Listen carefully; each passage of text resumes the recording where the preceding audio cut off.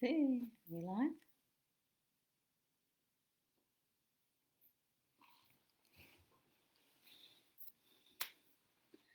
All right, everyone. Hi, how are you? It's another Thursday, another time that I get to come to you live and talk about really important stuff. I'm Amy of amyrock.com, and I am a licensed acupuncturist, herbalist, best-selling author. I've been practicing traditional Chinese medicine for 17 years. I study nutrition, I study functional medicine, I do all the things so I can best support all of you. And I hope you know that. And yeah, it's a great job. I love it. Proud of it. And this month is National Endometriosis Awareness Month. It's also Autoimmune Awareness Month, which I think there's no coincidence. Although endometriosis is not technically an autoimmune condition, it has quite a lot of similarities to autoimmunity. And what I find clinically is the best treatment for endometriosis is following an autoimmune protocol. And so this is my most recent book, which came out in 2018. So this baby's is 3 years old this month, actually. Crazy to say. Is it 2018? Yeah, 2018. And I wrote Yes You Can Get Pregnant, which is my main fertility book, and I talk about endometriosis in here as well. Back in 2014, this book came out, and a lot of the recommendations in here will definitely help treat endometriosis. But I found that endo patients, a lot of them can be super duper stubborn. Not emotionally, but meaning their symptoms can be stubborn. And when I started writing Body Belief and I started doing research, it started here because I was doing research for Yes You Can Get Pregnant. And I had this big aha moment that I thought was like profound. And I talked to several doctors about it, a reproductive endocrinologist, gynecologist, autoimmune docs, and they were all like, girl, you're onto something. The profound realization was that majority of women dealing with unexplained infertility, which is a word I hate, and you can read all about it in here, actually have an undiagnosed or mismanaged autoimmune condition. And I throw into that category, I put / inflammatory condition, which endometriosis is technically not autoimmune, but inflammatory and acts a lot like an autoimmune issue. And so I brought this up, like I said, to several doctors and friends, colleagues, peers, and they all were like, yeah, and PCOS, same thing. I think that's more technically an autoimmune condition, but same thing. And the two most common reasons for fertility challenges are either structural blockages, which could be resulted from endometriosis, or ovulation dysfunction, which is typically due to PCOS. And then most women that I find in my clinic have a thyroid condition that's untreated. And then when you dig deeper, the thyroid condition is actually Hashimoto's. They might also have celiac or gluten issues, or another autoimmune condition. And so I started to uncover this, and it was this big aha. And of course I touch upon it quite a bit in Yes You Can Get Pregnant, especially in the back of the book, where maybe some of you stop reading. But chapter 10, Overcoming Common Fertility Challenges, I get into the most common things that are impacting fertility, like PCOS, premature ovarian aging. That's another one that could have an autoimmune link. And then, of course, endometriosis. Yeah. Appears to be a link. What is POI? Premature ovarian insufficiency. Is that a new term? I've never heard that term. I've heard POF, POA. What's POI? But so next to PCOS, the ASRM states that endometriosis is the second most common cause of fertility issues in women, affecting approximately 20 to 30% of women. And I would actually say it's much higher than that. Premature ovarian insufficiency. That's so many ways to tell you you're broken, huh? So many acronyms. Acupuncture 100% for endometriosis. So I'll get into it. So what can you do And I'll talk more about them, but acupuncture, 100%, dietary changes, and like this book, this is what you got to do, which is basically autoimmune, paleo mixed with some Chinese medicine, mixed with some of my long-term clinical experience. Premature ovarian insufficiency is a new term mostly being accepted. Yeah, just another way to tell you, guess what? You're no good. You got no eggs left, girl. Which I think is bullshit. You can figure this out. But yes, it makes sense. So I just want to answer Luisa's question. Acupuncture, dietary changes, emotional shifts, 100%. Because as I talk a lot about embodied belief and even more recent in a lot of my conversations and podcasts and interviews, all these things, no one talks about the impact of emotional inflammation. So managing physical inflammation, yeah, everybody talks about anti-inflammatory this, anti-inflammatory that, take your turmeric, do your anti-inflammatory diet, all these things. No one's talking about the emotional inflammation and the impact that we know it has on our nervous system, our stress levels, our hormones, our neurotransmitters. So we have to control that as well. So yeah, acupuncture, nutrition, managing physical and emotional inflammation. And then, I want to touch upon too what you brought up about the POI is absolutely. So I did. Most of you, well, you might not know. He's no longer alive, but an amazing physician that I had the luxury and honor to work with, Dr. Jeffrey Braverman. He has a website called preventmiscarriage.com. It's still in effect. His clinic is still running. He just unfortunately passed away about 2 years ago now from pancreatic cancer, which was devastating and sad. But he would always say it's the level of inflammation that needs to be treated. And then guess what? The egg quality would improve.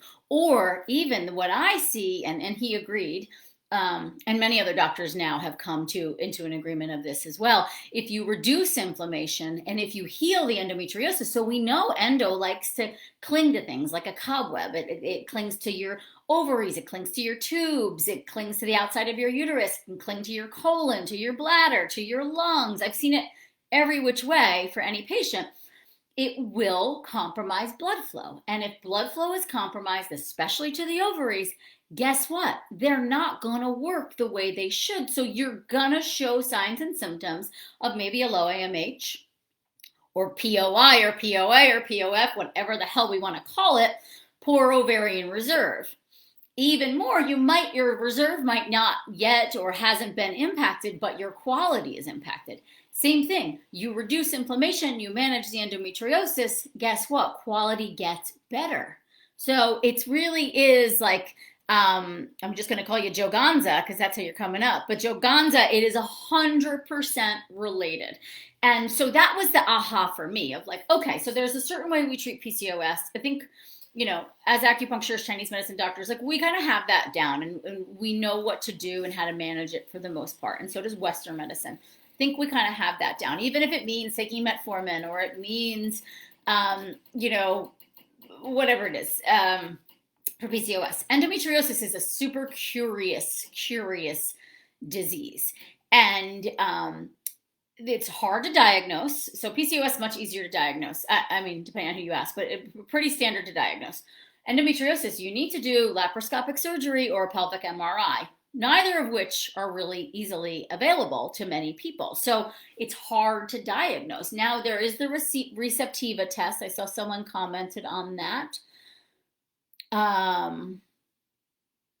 Let's see. I got the Receptiva test and an ERA and have no signs of endo, but I had my first FET at 9 weeks. Do I need to test for silent before my next transfer?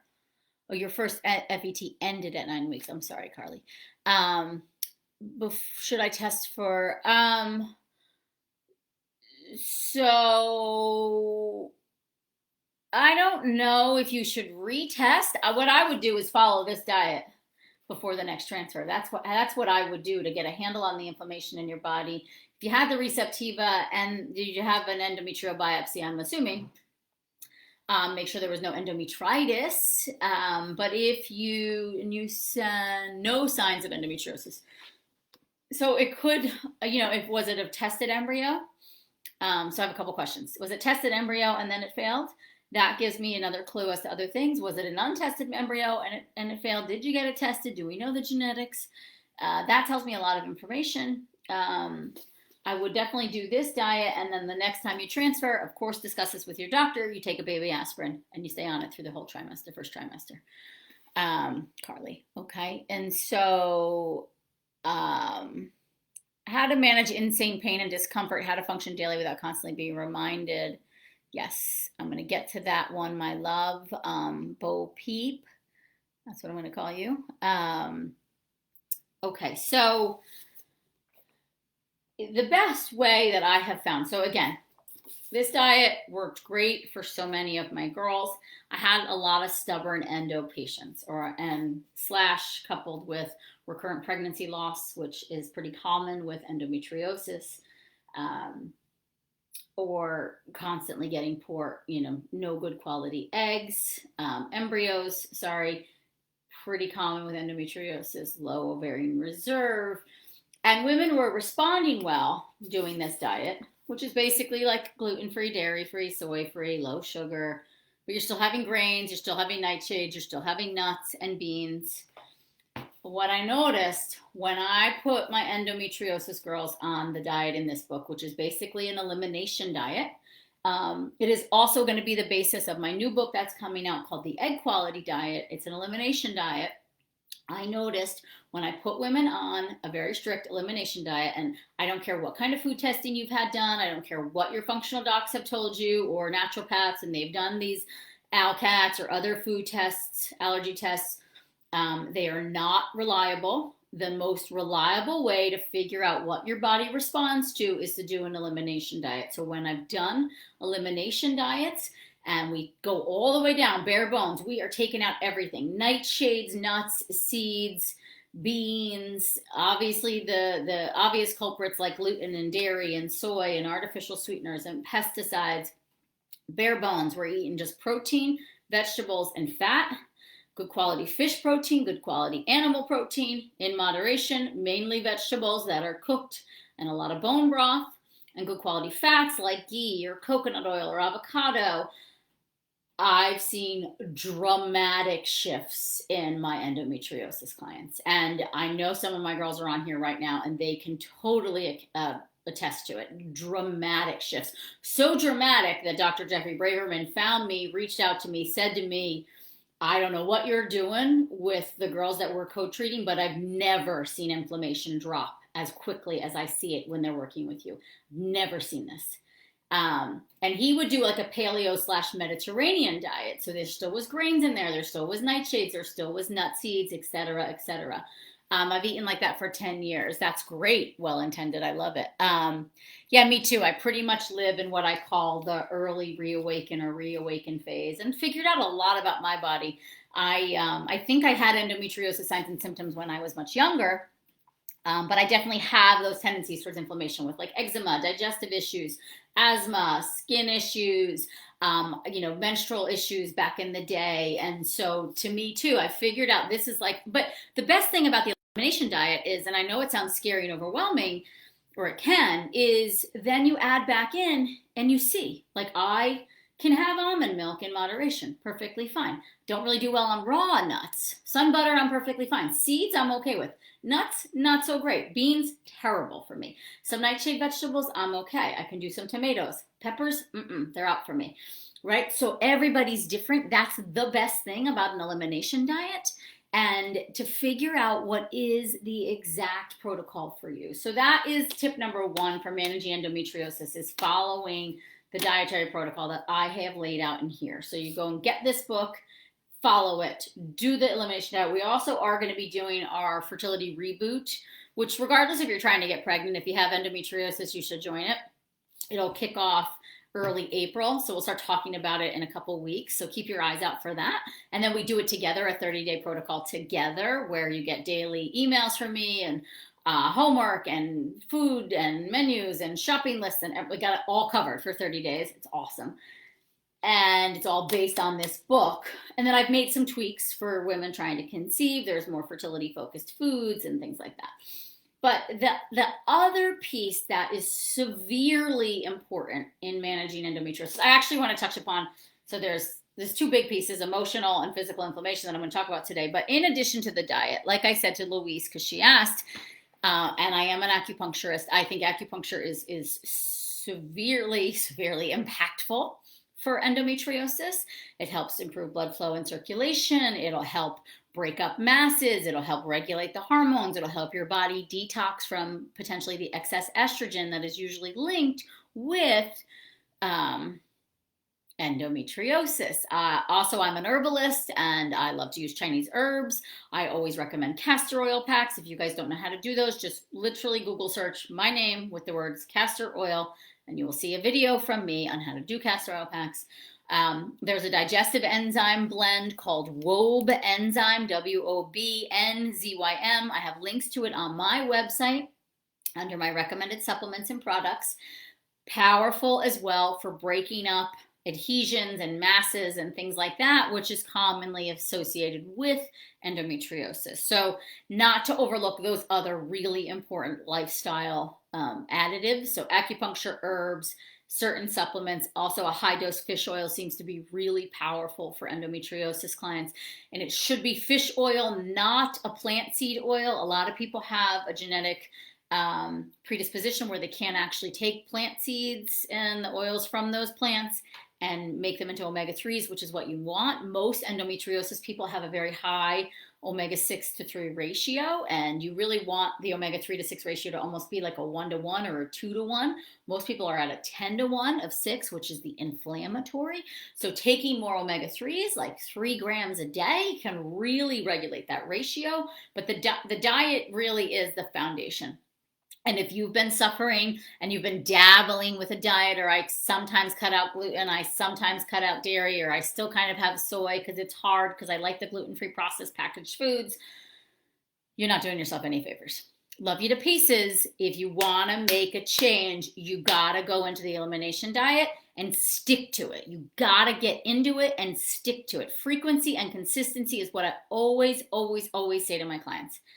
So then the other layer of this is the emotional inflammation. And again, I did all the research out there, and I was one of the first ones to talk about emotional inflammation and how it relates to autoimmune and inflammatory conditions. And I talk about it in Body Belief. And one thing I say is I can tell you the diet, I can tell you how much to meditate and how much to sleep and what supplements to take. But unless you actually believe in your body, unless you reconnect to your body, and listen to the conversation that you're having in the privacy of your own mind. Are you kind and supportive, or are you a bully and a jerk to yourself? What are you saying in the privacy of your own mind? Until you reconnect to that and actually get on board with you and stop being a sabotager of yourself, it's not going to stick. And so what I start this book with is the 3 pillars, which is reconnect to yourself, reconnect to the conversation you have in the privacy of your own mind.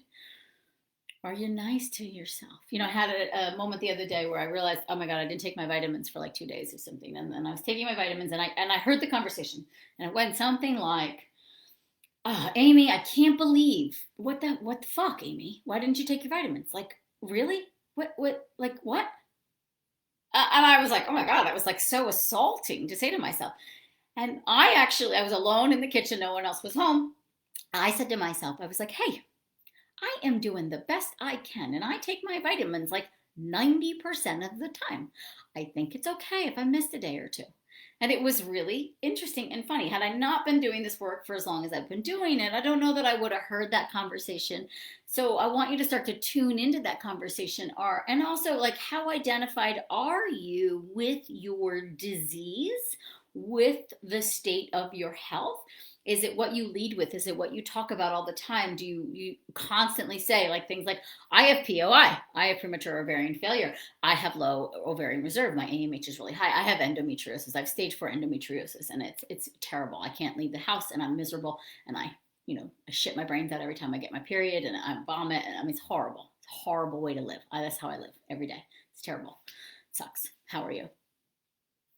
Okay, so love you. Yes, but you're attached to it in a way that it's your identity now. And so I want us to start to separate a little bit, just the way those cobwebs, they've gotten everywhere inside of you. That's what endometriosis does. It is glummy and it is murky, and you can't decipher good from not so good. And so get into those thoughts too, like how identified and wrapped up am I in this? And it's not to belittle, or I'm not talking about the fact that you're not suffering. I honor your suffering and it sucks, and I am here to help you. But I want you to notice how much you're living in the suffering versus how much you're living in the possibility that things can change and shift. Really important concept to think about. It's not something you can change overnight. You know, like I said, I've been in this work for a decade. The spiritual emotional work meaning maybe even more. And I still have days where I belittle myself and I bully myself and I'm a flat out jerk to myself.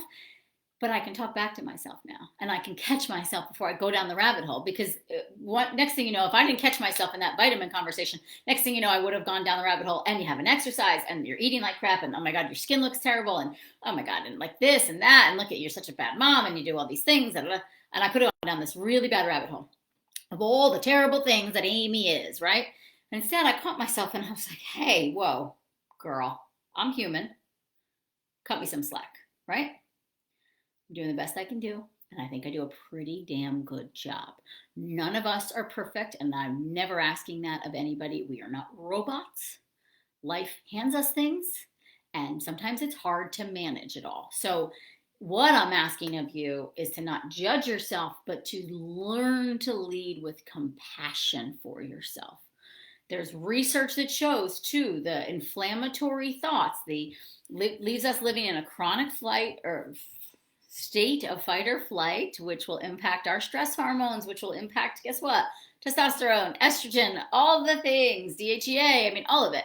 And so calming the nervous system, coming back home, as I say in the book, reconnecting to yourself, finding a way that you can meet yourself in the middle and talk a little more kindly and more gently with yourself, does profound things to the neurotransmitters in your brain, which then does profound things to all the hormones in your body. And you start to become more easeful, more flowy. To us in Chinese medicine, endometriosis is stagnation. It is crappy blood, as my teacher would say. It's crappy blood that is not flowing properly. It is stagnant. It is dark. It is old. It is glummy. It's basically like, you know, mixed with the past is almost how I see it. You know, it's like you haven't totally refreshed yourself in a long time. And so our goal is always to improve circulation and blood flow. That's always our goal, no matter what we're trying to treat. Any dis-ease or disharmony in the body is a result of things not flowing properly. That's how we see it in Chinese medicine. And so it's about flow, but then think about that from an emotional perspective. Am I flowing in my life? Am I on my own team? Am I cheering for myself?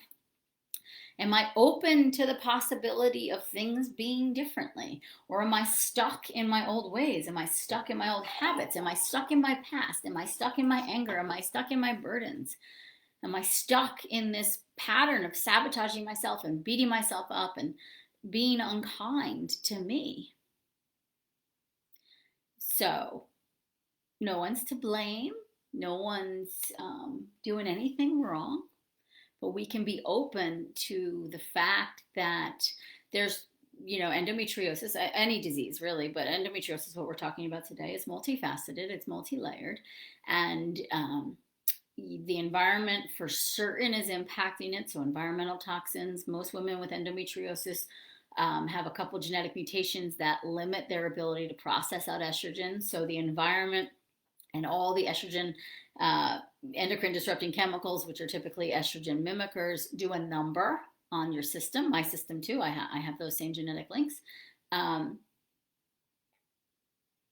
So that for certain will jumpstart things, changing your diet, doing an elimination diet, removing toxins from your environment. But don't underestimate the toxins in your mind. Don't underestimate that.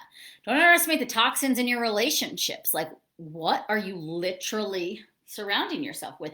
What is gumming up your energy? I want you to look at that. Like, where else in my life are there tentacles to things that no longer serve me? Just the way endo grows on the inside, all these tentacles and strangulations and cobwebs. And it's kind of like, you know, I don't know, I almost see it as like, I guess cobwebs is the best way to look at it. It's dark blood and it's stagnant and it's old. A lot of times there's trauma that's trapped in there too.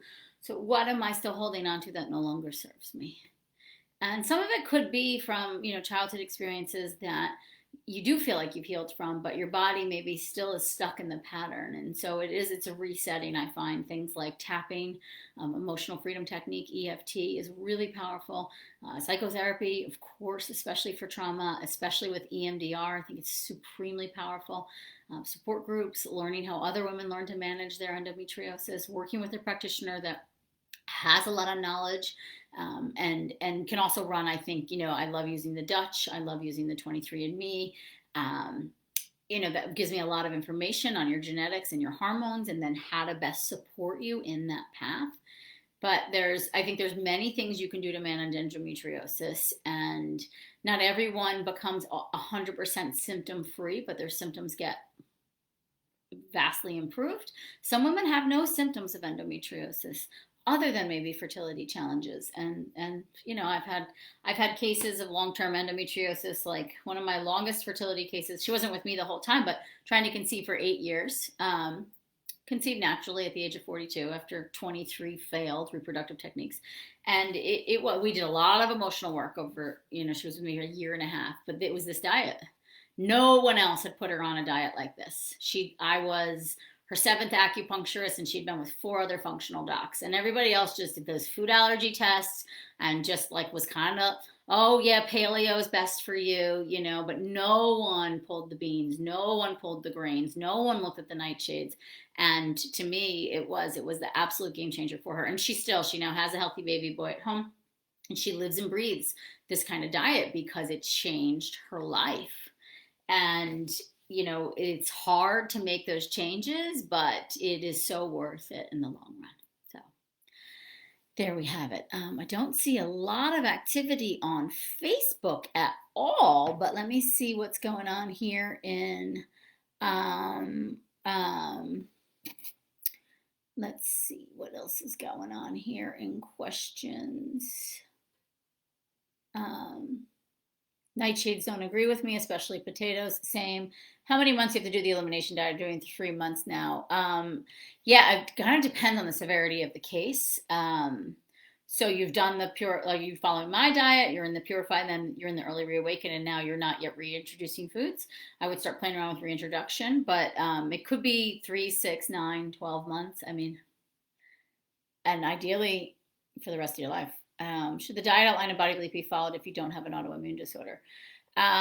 If you suspect you have endometriosis, yes. Also, I think it's really helpful for women who have been trying to conceive and it hasn't happened, and they have unexplained infertility. That's where I've seen the change happen. I started acupuncture on my 3rd session. Not sure it's working. How many more sessions should I be doing? Showing does 30 minutes. That's what I do. I usually say give it at least 4 to 6 sessions. But for you too, at least, like, we see the changes in 3 menstrual cycles. So you could just even do, once or twice a month, but do 3 menstrual cycles if you're trying to achieve changes in your menstrual cycles. Okay, I know I saw another question in here from Naomi.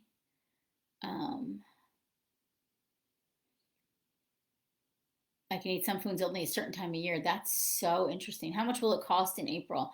I think it's always about $100, $150 for the 30-day program. And then if you've been working with me on any capacity, you get a discount code. So just keep an eye out. No evening primrose oil. Absolutely not. Too estrogenic. What about vegan diets for omega? Yeah, I don't see it working. I love and respect veganism and anybody's dietary choices. If you have the FADS genetic SNP, a vegan diet is the absolute worst thing for you. So I think it comes down to genetics more than anything. And it's really hard to get good omega-3s, spirulina, but I try to get my vegans to at least take fish oil. I do. Do you think later in life after kids you can manage this without any type of hormone suppression? I do. And I saw your email, my love. I'll get back to you. I do. Yeah. And we should talk. I mean, I know you know everything to do, but maybe I can help in some way. So we'll talk. I'm going to respond to you. This is a good friend of mine. This is Naomi Lewis, who helped me with my nutrition in my very first book. And I know I give you a shout out in here and chill out and get healthy, but you were a client so long ago. Love you so much. I'll message you. You're the best. Thank you for being human. Oh, you're sweet. Mind body medicine is the foundation to all healing. I agree. How long? So it's all mapped out in the book. And I see my team is in here responding. I will do IVF in about 3 months. Is it too late to start this diet now? No way. Get into it. Do it. Yeah, this is the perfect time. Okay, guys. So, happy Endometriosis Awareness Month and Autoimmune Awareness Month. I do think, both of those are significantly on the rise, and so much of it is from the environmental influences. And I also think the amount of stress and pressure on women. Autoimmune diseases affect women 75% more than men. And the incidence of autoimmunity has quadrupled in the last 30 to 40 years. And I do think that it's environmental toxins for certain. And I'm lumping endo into this autoimmune conversation, by the way, just so you know. Because in my brain, yes, technically, maybe they're diagnostically a little different, but they respond very similarly to the same thing. So I tend to treat endometriosis through the autoimmune lens, and that's where I see it get the best results. So I tend to think the significant impact and rise, and also, mind you, I've been treating women's hormones and fertility challenges for 17 years. Endo is a significant part of what I've been treating for a very long time. And I think the environment plays a huge role. All the chemicals in our environment, all the crap in our food, poor dietary choices, not enough good healthy fats, that poor understanding of nutrition. But I also think it really is the emotional toxins and burdens that, exist in our society. Do you take on new clients as far as consultations and looking at their medical chart history? Yeah, I have a whole team of coaches that work under me as well. Go to my website under Work with Amy and you can see all the things. Okay. Mwah. I gave up being vegan for right now. All right, Nikki. I think it can serve a purpose at certain times in your life, but especially if a woman who is trying to balance her hormones, and especially trying to get pregnant, I do not see veganism or vegetarianism being super supportive.